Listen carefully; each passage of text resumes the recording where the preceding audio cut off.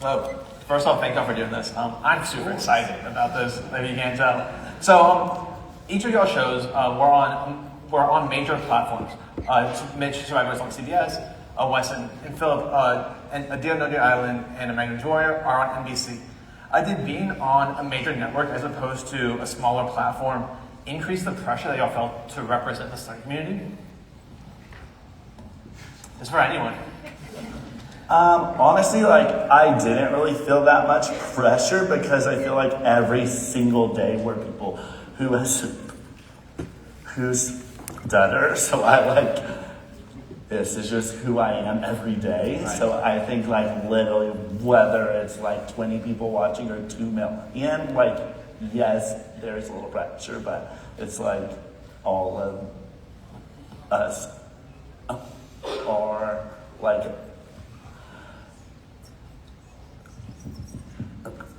are ourselves, I guess. Mm-hmm. So,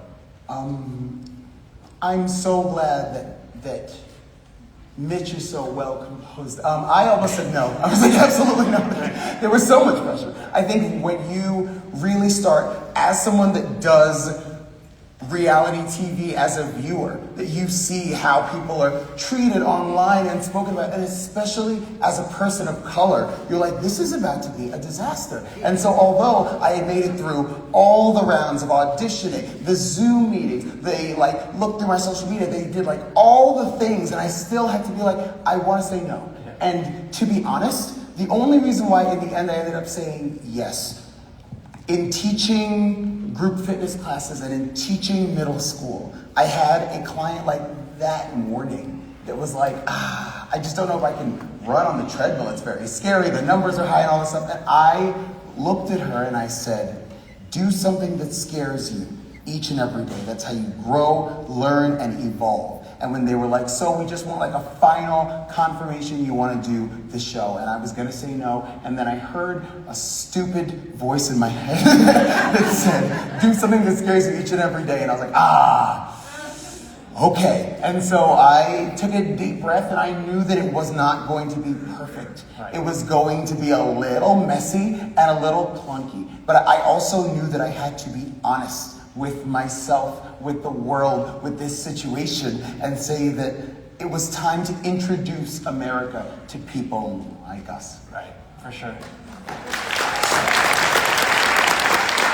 So my show is a good bit different than y'all's. Y'all have a lot of built-in FaceTime. I honestly didn't think anything of it for me. Mine is much more of an athletic competition. And the reality of the fact that millions of Americans would be looking at me and listening to me speak didn't hit me until they plopped me in front of a camera very similar to this. The bright lights would hit me in the face. And they asked the first question, and I was like, oh. But again, very, very similar to what Phillip was saying. It was quickly the opportunity presented itself I'm about to do something that not many people who stutter have had an opportunity to do, and I'm going to be unafraid to. I wanted to be unafraid to use my voice and be for those who are afraid to use theirs. So I just tried to position myself mentally that way. And I love how I mentioned stuff can be messy. It's real and it's messy, but to show that on national television, how you said, Mitch, that's our day-to-day life. We just got broadcasted for millions of people instead of the people in our immediate lives, right? Yeah. So, did being a person who stutters or anything anything you experienced being a person who stutters help you on your respective shows? Yeah, I think going out and playing Survivor is incredibly uncomfortable.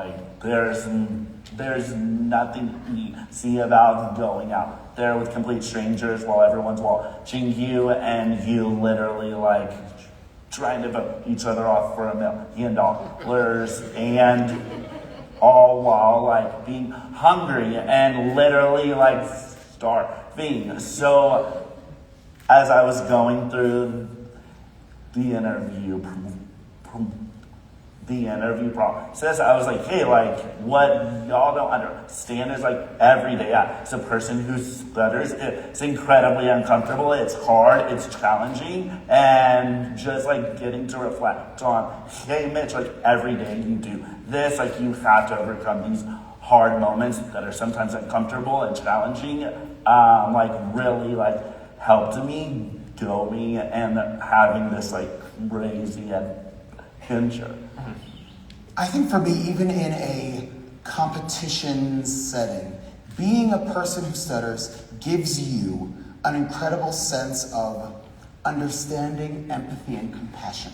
Because even as you're meeting these brand new people, and you're always kind of in your head in the first like few days, almost trying to play the game of like, why were you cast on the show? What's like the thing, right? And so when I had a cast member that was suffering from lupus, and so some of the physical challenges really took a toll on her, and she would never know when it would be a good day or a bad day or whatever else, and I stuck by her, and I always was just like, how's this day for you, how are you feeling, or whatever else. And again, like, we're all the same way of like, there might be some really smooth, amazing fluency days and some days that you wake up and try and say good morning and you're like, this day's done, it's over, this is not it. And so I think it really does have this sense of empathy and compassion, and it really does allow you to understand, to meet people where they are instead of where you want them to be. Yeah. For me, most famous really for with the producing cast on the show, and it hasn't aired yet. If I ever do get some real airtime, but my claim to fame with Ninja Warriors, telling them like, hey, I overcome obstacles every time I try to speak, and every time I open my mouth. These giant playground equipment, you know, this is nothing. So, that's why I fell on that. I also think you said about how like compassion and empathy, right? And that's something that we need for ourselves, because once we have that to ourselves, to forgive our heart, to forgive the days when stuttering is not the most fun experience on the planet, right? Yeah. So, did you have that same empathy for yourselves and compassion for yourselves when you were doing your confessionals, or what's for you for your intro package? Of like, hey, I want to stutter, it's okay, or did y'all work with your producers to be like, hey, I had a lot of stutter moments right there, can we restart and redo this confessional, redo this intro package? I had to make a conscious change, not only in my mind, but in my spirit. And I had to really stop and look at yourself. And again, when you're filming a reality show, you're like away in a hotel for like a few days where it's just like you in a room. And I was like, I had to stop and make a switch from someone with a stuttering problem to a person with a stutter. And although they are very similar, we all know that they are not the same. And so once you give yourself that forgiveness, that space, that empathy, and you realize not only is it a part of who I am, but it's a part of my story, and it's going to be a privilege for me to share that information with my castmates, with the host, with the world. And so then you're like, yo, this is kind of like a superpower. And so it really does change kind of how you approach those social relationships, those confessionals, those intros, where you'll actually be able to stop yourself and be like, wait, stop. I'm going to do that one again. Take a nice deep breath. And then you jump right in there and say, hey guys, I'm Phillip Solomon from Austin, Texas. And then you just kind of just like jump right in there, because like things are not going to be perfect every time. Right, yeah. Yeah, he said it absolutely perfectly. I think whenever you just give yourself, when you give yourself permission to take up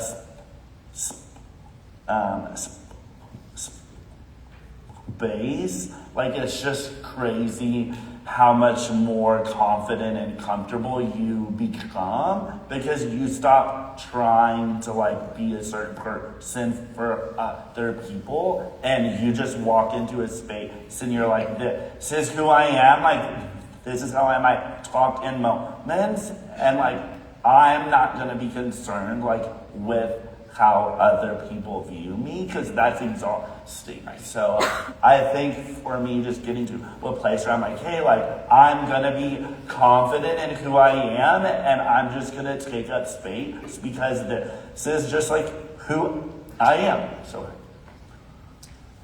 I'm actually going to piggyback off of what Phillip said here. Stuttering is a superpower, and whether you all realize this or not, I'm trained ninja. I'm familiar with strength. Phil and Mitch, they're both trained constantly. We are familiar with strength. But if you all want to know strength, look in the mirror, because every single one of you has mental fortitude and toughness built in because of your stutter. It has made you the person you are. You are a tougher person. And if you can put yourself out there every day, you can do anything. So stuttering, like you said, is a superpower. Giving yourself permission to stutter. I think that's something like I know I've had to give myself. I know we to give ourselves is permission to stutter openly.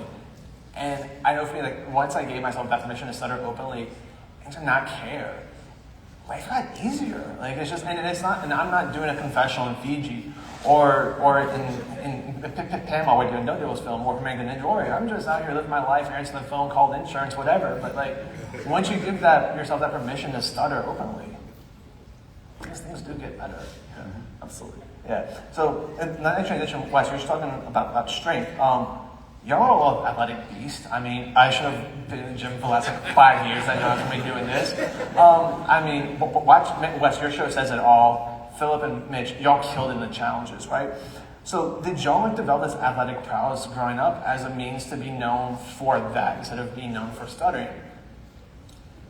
I think that the idea of going to the gym is a very scary and vulnerable thing. I think we can all admit that. But I will say that once you realize how much you can achieve and your potential in the world, whether it comes to academically, psychologically, socially, you're like, and I'm what, scared of a squat? I'll be fine. And so like you just really say to yourself, you almost gain this sense of discipline and focus just from being who we are every day. And I think the gym almost helps kind of center us, and athleticism really does help it bring back to the fact of, I think we can all admit, that's the one place we don't necessarily have to speak. We just get to put in the work and get the results based on the work. And for once, we don't have to struggle and fight. We just have to do the work and we get the results every time. So it's just like your safe space has to be. Yeah. Okay, totally.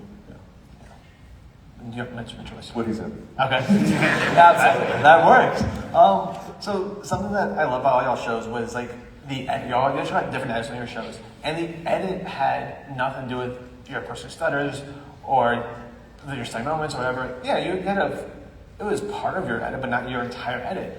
And what I love about y'all's edits was that it shows that people who stutter aren't a monolith. Your edit was just based on how the game played out. Like, what do y'all take away from that? Yeah, I remember going out and just like, I was like, man, like growing up, I never saw someone who spoke like me who was literally ever portrayed in like a positive way, or just even a very like,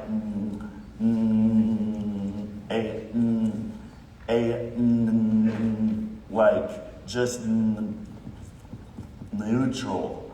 So I'm like happy I like got to go and have this like crazy adventure, and it like got to show me having some moments where I stuttered, and it got to show me like having these like deep emotional connections with complete strangers and getting to do these challenges, and I just like wanted to show everyone that like that I am so much more than a person who's stutters. I think that it was so big and so overwhelming in my head until I watched the show, and I had to retrain myself to watch the show and realize that I was more.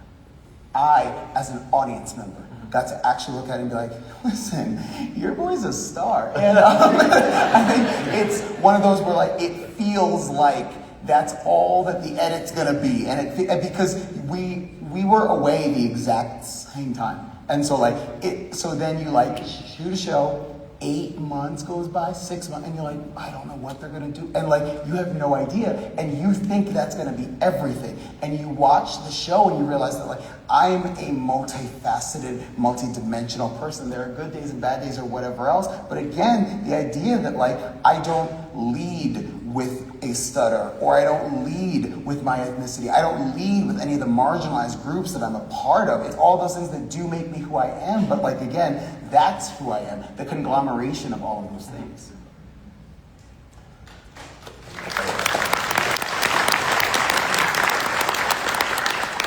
So again, for me, the process for my show is quite different from y'all's and your confessionals and everything else, but ours, when we do interviews for my show, it's much more of like an interrogation. You walk into a black room, there's right just like that, big light shining right at you, and you can't see the person asking the questions. And my very first time coming up, I was ready, I was set, and they asked me a question that off-balanced me, and it threw me for the rest of my interview. I don't want to say a mess. I was me. I was authentic, and I had stuttered everywhere, and I was so concerned at the end. I said, "Man, I'm sorry, I didn't give you anything, to work with." And he came back and he said, "Well, no, what you gave was perfect. This is what we're looking for. So I just don't want y'all to paint me or people who stutter in a negative light." He said, "Well, we're not. That's not what we do in our show. We want people to fall in love with you. So we promise it's going to be an edit, that's going to make people appreciate you for who you are and what you're doing up here." But that still didn't matter. So for the next 6 months while I was in the can, I'm like, they're going to show the worst parts. But it didn't come to that. So it was heavy on my mind, but they never got to edit it. And did y'all spend time thinking about the edits? Like, okay, the season rather than having 8 months, like, oh man. Or is it just like, okay, it happened, it is what it is? Yeah, I know I did. Like, it is incredibly hard whenever there are like 5 million people watching you every week, and it's hard not to look at what people are saying about you on social media or Instagram or all over the place. But like, whenever you are concerned about what other people like view you as or the way you speak, it just like truly is exhausting. So it got to a point where I was like, hey, like, I don't like genuinely care what someone thinks about how I speak. Like, I've had to overcome so much, and if someone at home sitting on a couch who's eating like wants to complain about me literally starving on an island for 24 days, and why did I ever like move? It's like, yeah, because I'm out here starving, and it's just really hard. So, yeah. I know I'm having fair. Yeah. So we're running a little bit low on time. So I want to ask, now that your shows have filmed, they've wrapped, they've aired, some time has passed, how has this experience of being on reality TV changed your relationship with your stutter? Okay, I actually want to bring everyone to like the origin story of this and kind of how Mitch and I got connected. I think as people in contemporary American society, we just tend to let time pass, and every so often we stop and reflect and go, oh, that trip I took like 10 years ago, that's what inspired my love of travel. Or that friendship I had in elementary school, that's what really taught me what I was looking for in a friend or a relationship or whatever else. And it wasn't until I really stopped and I was like, I have to try and be more present. In 2025, on the 2 largest, biggest, most significant major networks, there were 3 months where every Tuesday night you could turn on NBC, and every Wednesday night you could turn on CBS and see 2 people, not only 2 people that are stuttering, but 2 people that are navigating the game, navigating relationships that are being well liked and well understood, and showing people that we can do the impossible. What I love about these 2 people that I've made such great relationships with is we tried to get a seat at the table, and they didn't want to give it to us, so we built our own table.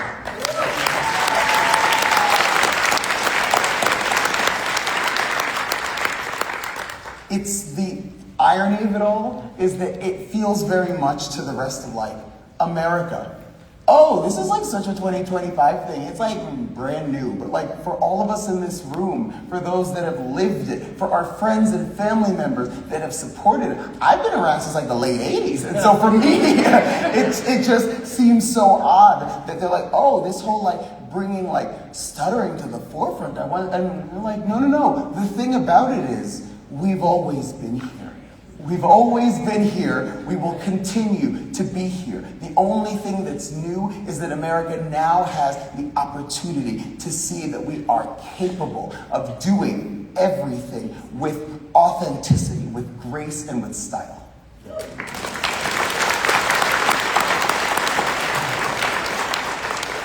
I'll say, for me, it applied for my show. Originally started as I want to do this. I want to go on this obstacle course because I think I can physically do it.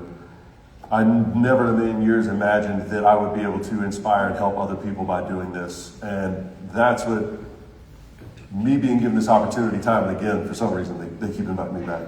But that's what it's turned into for me. And I believe Maya Angelou said it where no one's going to remember everything you said, but they will remember how you made them feel.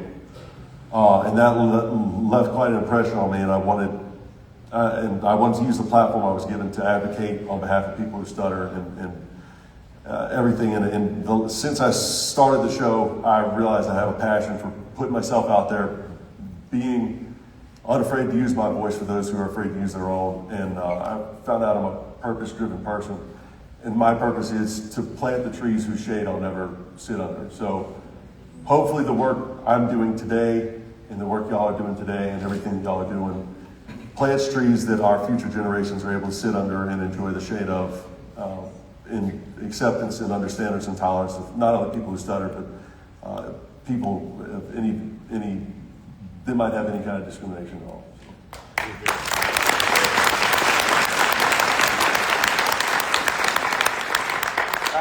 I would say like I really wanted to have this experience like selfishly.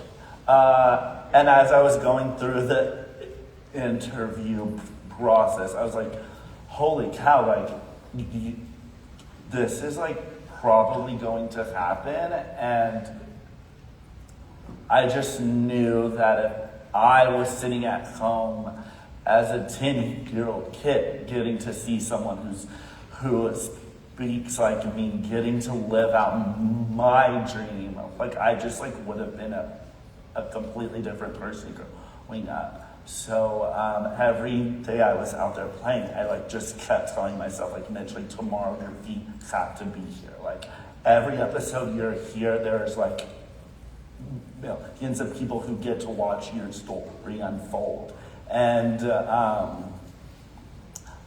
I grew up like hating having a speech impediment, and I would like not speak at school, and so many moments growing up I hated this thing, and it's just really humbling to be like, wow, like this thing that I like really hated for so long has like given me this very unique perspective and this unique platform to get to like share with other people. And you know, like just because you haven't seen someone get to do what you want to do, like doesn't mean it's not possible. Like sometimes it just gotta take sometimes it just has to be you. I love all those answers. And now I want to turn it over to y'all. So we have a microphone in the back. We have a few minutes left. We want to start forming a line back there and asking questions for Mitch, Phillip, and Wes. So microphone's in the middle. Just start forming a line. Yes, ask us then. Let's go.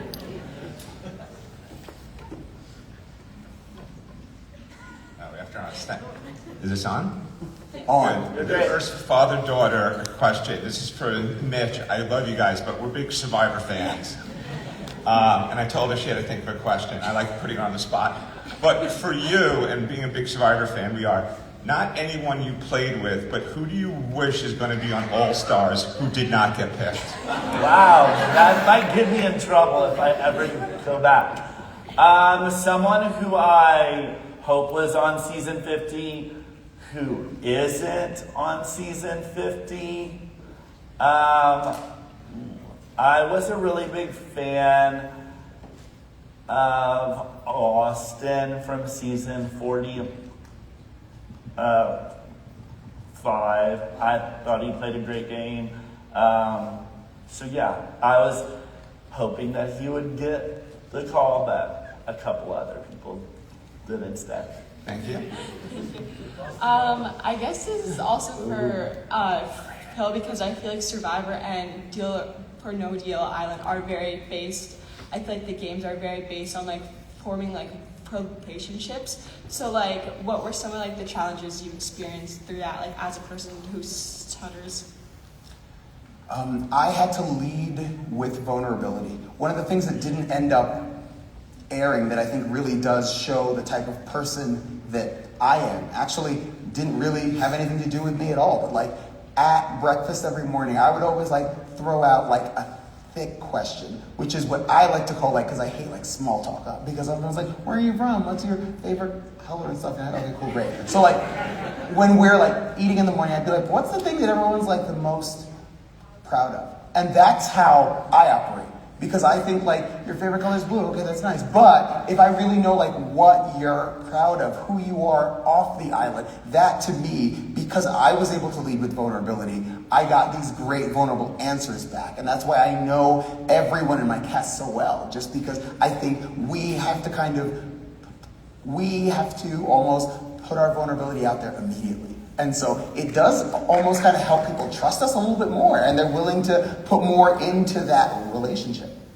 Yeah, honestly, exactly what he said. Like, I think when I was, being like everyone viewed, to me, it's like, wow, like, he like has this significant speech impediment, like it's gonna be really hard for him to build relationships with complete strangers. And honestly, it was the exact opposite, like, because I'm forced to stutter like every day, it just like truly creates a space where other people also feel willing to be vulnerable too. And I like had these crazy deep relationships.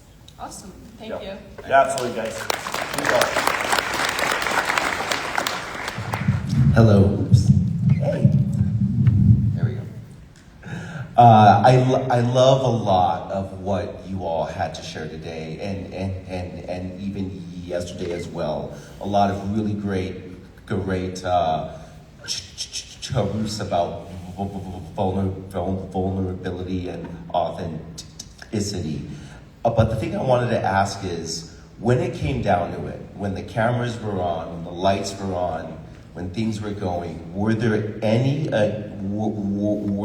additional pressures to be fluent from the cast, from the producers, from anybody else around that was involved in the filming of each of your respective shows? And if there were, how did you navigate those?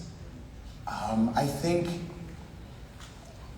NBC had to learn to be okay with it. And I'm going to tell you how I understood and how I viewed the situation. If you go to Peacock right now, episode like 1 and 2, they pretty much edited out almost every stutter. And then as the season goes on, they almost kind of like let me stutter more. And so I was like, oh, you have, like, I think in the initial edit, they were like, we have to cover this up for him because we like him so much. And then after a while, they were like, no, this is genuinely who he is, and he's talking about it with people one-on-one. So as I bring it up, they almost kind of allow it more on screen. So I think that, like, again, as much as it makes us uncomfortable at times, sometimes it makes other people uncomfortable, and like they have to come to terms with that too. I think we hold up a mirror to them where they're like, why am I uncomfortable? I'm like, I don't know, why are you? And so really, when I'm like, I'm out here struggling, I don't know why you're uncomfortable. So I think that, like, that's how I view it. because after episode like number 1 and 2, everyone was like, he doesn't stutter at all. I was like, it was a clean edit. If you look at episode 1 and 2, and I'm constantly talking. Like, I was in the hallway for most of elementary school. And so I think it's one of those where it was like, they did a nice edit. But I will say, they kind of let it go, and they let me be more genuine and authentic as the 12 episodes actually were there. Yeah. Yeah, honestly, like from the very first interview I had with everyone from EBS, like everybody, like I was super honest about stuttering, and I was like, hey, like if you have questions about what challenges you think I'm gonna have out here, like please like ask them, because I want to process that with all of you. And I think when I was willing to say like, hey, like at some point I am gonna stutter and you're gonna be like, please hurry up, Mitch, like it's going to happen. And in that moment, like I like trust you to edit this in a way that's respectful to me and like honest with the fact that I stutter. But I do know and understand that we're only on a show for like 60 minutes, and you're like trying to like adequately show me and so many others. So like you just like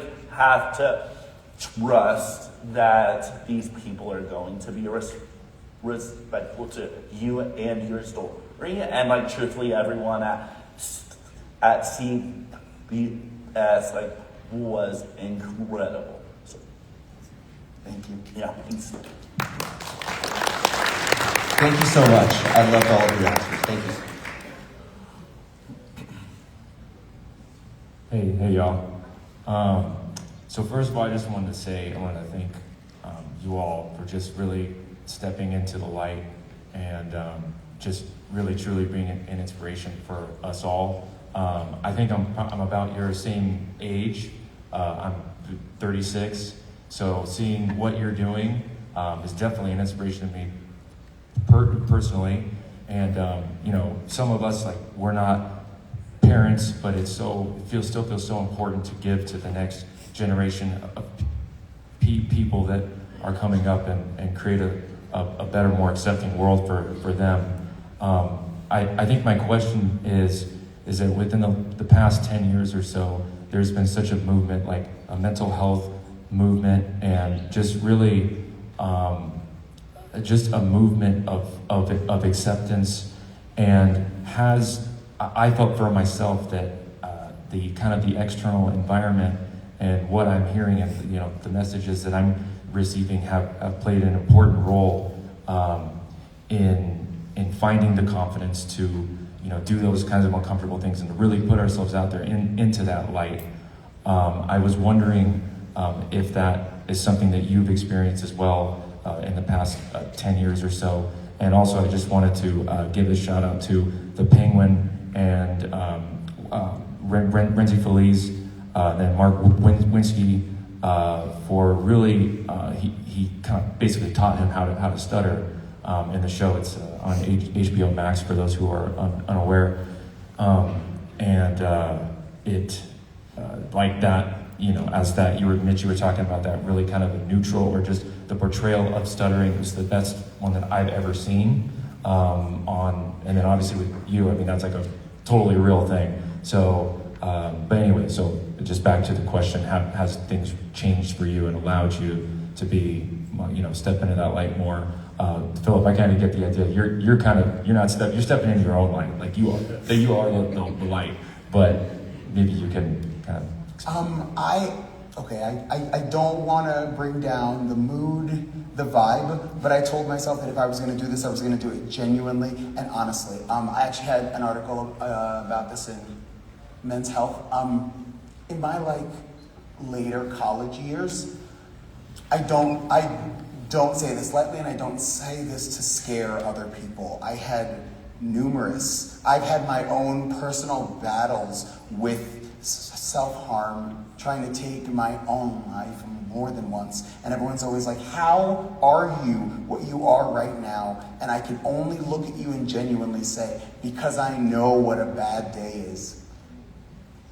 screwing up when introducing myself, not a bad day. And so like you really start to prioritize things along the way and realizing that like mental health is so important. And so right now I strive to be the type of person that asks how are you and waits for the answer. And we know the difference between someone that's just like asking it and they like genuinely say no, how are you? And now I always wait for the response. I respond to every message on Instagram or whatever else because we don't know who needs it. I went back to teach 7th grade because it was the worst year of my life. It was absolutely awful. I was bullied. I was made fun of. So when I got my second master's, and they were like, do you want high school? I was like, no, I want high school, but middle schoolers need me. Being 12 is hard. It is the worst. We can all admit that. And so in turn, I was like, I have to be the kind of adult that looks at a growing adolescent and says, this is a bad day, I know, and we're going to have a million of them, but I'm going to teach you to persevere, to be able to look in that mirror and say, even though this happened, I am still worthy, I'm still powerful, I'm still strong.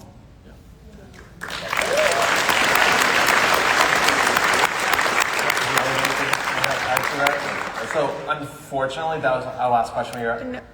Okay, we got time for one more question? Yes. Okay, one more question. Phew. Guys, you knew that this community was out there. Now that you're finally here and meeting hundreds of people who stutter, what is that like? That's a great question.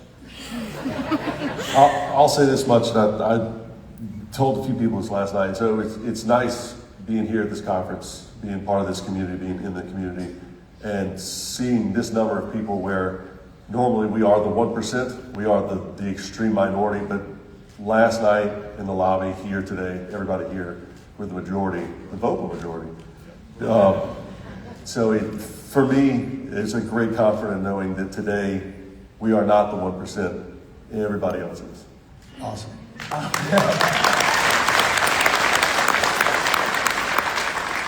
Especially in this space, it's like weird to be like a celebrity keynote speaker because like as many of you that have walked up to me and been like, I am such a fan of you, I'm a fan of you. Like, please understand that I'm like, no, like, I have this amazing platform and now I have all these other things where like, I sometimes do what I want, sometimes I don't have to do everything, but like, please understand that like, I empathize with you. You are doing this every day too. And so as much as you might enjoy my story, I enjoy hearing all of yours as well. The sheer fact that I did a collaboration post on Instagram with Mitch a few months ago, and then I got like a call, a text, whatever, like, what are you doing in July? And I was like, I don't know.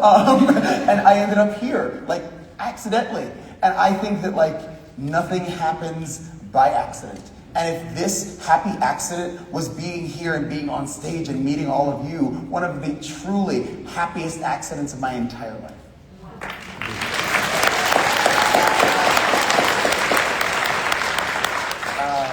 I grew up like hearing a lot about this organization, and I think like most people who stutter, you're like, well, I don't like want to go. Like, I don't want to put myself out there. Like, I don't want to meet strangers. So I'm really thankful that I got the opportunity to come and get to meet some like incredible people and who have encouraged me through like getting to hear like each of their stories. And I like what has been really humbling for me and just like a good reminder and like what I want to leave you with is like just because the three of us were on some TV shows like does it make our story like any more important than anyone else's in this room. It just gave us a unique platform, and I just like want to encourage everyone here. Like, the reason we could be sitting here today is because other people like openly shared who they are and what they walk through every day. And when we as a community of people who openly stutter, and are willing to share who we are with other people, it creates an environment where other people are able to be themselves as well, which gives us as people who stutter just so much more ability to just be who we are. So please know that like the people you live with and you work with, like those are the people that you get to influence. So